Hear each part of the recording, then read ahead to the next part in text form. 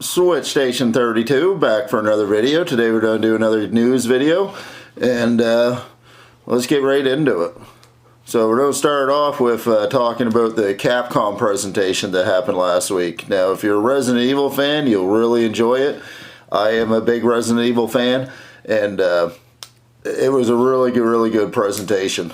They really went over Resident Evil Village, showed us a lot of detail about it. Resident Evil Village looks amazing. I mean, I'm so excited to play it. They showed some gameplay, they showed the fighting, they showed some combat. It all looked really good. They went over the crafting system and how your store your items is supposed to be like Resident Evil 4. And everybody loves Resident Evil 4, so it should be really good. They went over the Merchant and the Duke looks like a really unique character. And he's a big guy, and yeah, he definitely fits right in the Resident Evil Village world for sure. You play as Ethan Winters just like you did in Resident Evil Biohazard. And Chris Redfield's in the game. It's more like it's not so much like the Resident Evil the earlier games. It's just like Biohazard, where it's more dark, more twisted, more Exorcist style, more demonic. I really like that. Anybody that didn't play Resident Evil Biohazard and that would be Resident Evil 7 and VR, you need to try that. That's probably the best game in VR. They showed us when the game's coming out, May 7th, 2021, and your pre-orders are available now. They showed the deluxe edition and everything that comes with. They showed the collector's edition that comes with the statue and Chris Redfield. I tried to get it. Pre-orders went up. They only have them online, and you know how that works when they only do it online.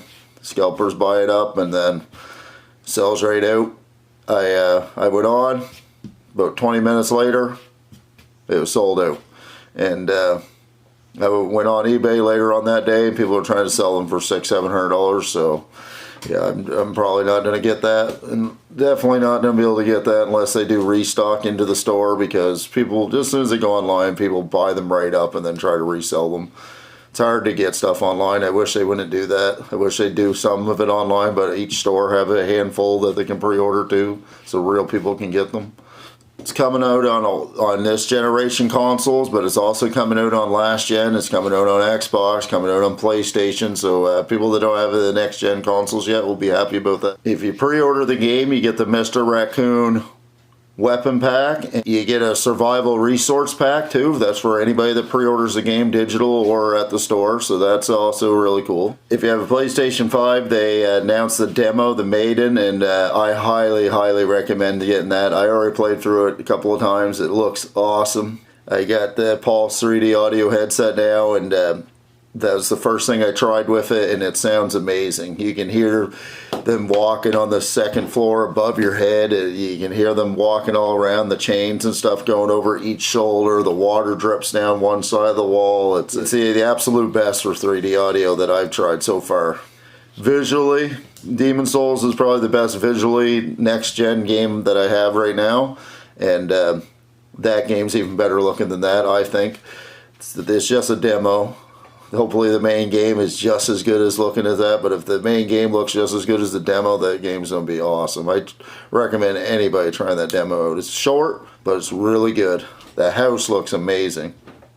And this year is the 25th anniversary of Resident Evil, so they also went over a few other things that they got going on. They went over the new Netflix show that looks really good. I was hoping it was going to be like an actual show, but it's more of anime, but it still looks good, but I was hoping it was going to be like a real show. They showed Resident Evil Reverse, which is a multiplayer game, and that comes free if you buy Resident Evil Village. It looks alright. I mean, if you're into that, you'll probably really like it. It is a comic book style look. So I really enjoyed how it looked, the art style and stuff of it, but you'll have to play that game. That game's either going to be really good or it's just going to be okay. And they also announced The Division 2 is going to have Resident Evil 25th anniversary in it. It's going to have Resident Evil outfits you can go and you can get in The Division 2, which is also pretty unique that they're bringing that Resident Evil into The Division. and celebrating the 25th anniversary every way they can. And then another news, Hyrule Warriors Age of Calamity has sold 3.5 million, which is really good for a spin-off game. It shows how many people are hyped for their Breath of the Wild Part 2, because they'll play anything to just get a little bit more story into that, because I don't think the Hyrule Warriors normally sell 3.5 million. I think they're usually around 1 million sellers, so that's really good for a game like that, a spin-off game. And hopefully they'll do more games like that in the future. And then more Monster Hunter Rise news. And Monster Hunter Rise is getting its own limited edition Switch, and it looks awesome. It has a nice dock with the dragon on it and all the emblem. It's still just black with the logo on it, but it has the gold dragon head. It looks really nice. The back of it has its own emblems. The Switch itself has its own emblems and stuff on the print on the back. Kind of like other collector's editions they've done in the past where it has sketchings on the back. But the thing I thought was the best was they're coming out with a new Monster Hunter Rise Pro Controller, and that Pro Controller is probably my favorite Pro Controller that I've seen so far. It's still just a black controller, but it has the gold dragon head on it, and it looks really, really nice. It's probably the best looking Pro Controller there is, in my opinion. And that's only announced for Japan and Europe, though, so far.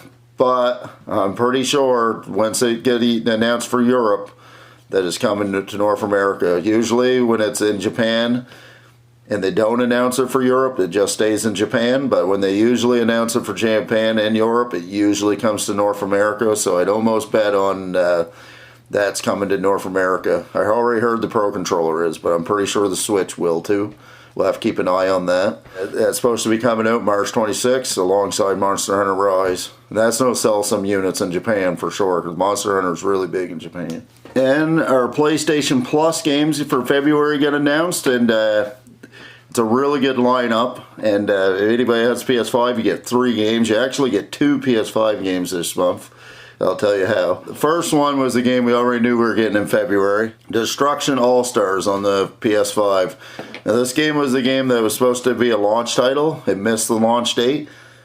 And then it was going to be a $70 game, but now it's a free game.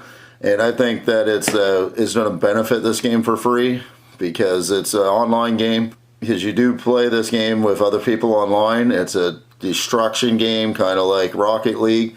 Only you're destroying cars and stuff, and I think making it free is definitely going to give other people a chance to play it, because I don't think everybody would have bought this game, but people might check it out if it's free, and it's a free PS5 game. You might as well add it to your collection, try it out, see if it's any good. But we got Control Ultimate Edition, and I haven't played Control. I've been a little bit on the fence by it, but everybody says that it's a really good game, and that's free this month. You get the Ultimate Edition, so you get all the free DLC. People are upset, people that bought Control, because when they announced that they are doing the Ultimate Edition, people had to rebuy the game to get the DLC to go with it. You get the DLC and you get the upgrade. So now you get the PS4 version, the DLC, and the PS5 upgrade for free. And a lot of people think that Control was game of the year it came out. And a lot of people had high praise for it. I haven't tried it, but it's definitely going to be my next game to play for sure. I'm really looking forward to that. I've been wanting to play it for a long time. I just haven't pulled the trigger on it, but now that I get a PS5 version with all the DLC, definitely playing it. I highly recommend that. And then Concrete Genie. Now a lot of people might not know about this game, but it's a game I've been thinking about playing for a while. It's an indie game made by Sony, and I like the art style. The art style is really cool in this game. You go around with a paintbrush. You don't have much friends, so what you do is you paint your friends and you bring your creations along with you to help you throughout the journey. It's supposed to be a really good game. It looks like it has a really good story to it. Anybody that wants a little adventure, if you're into Life is Strange, games like that, you might want to try this out for sure, because it's free and the art style looks really good. It's like neon style art, and I recommend trying it out for sure, especially when it's free. It's already a game that I had on my radar. I wanted to play eventually, but now I finally get the chance and I ain't got to pay for it. That'll be Switch Station 32, back for another video. If you like it, leave a like and a subscribe, comments. I really like to hear from you guys. And that'll be it for another video.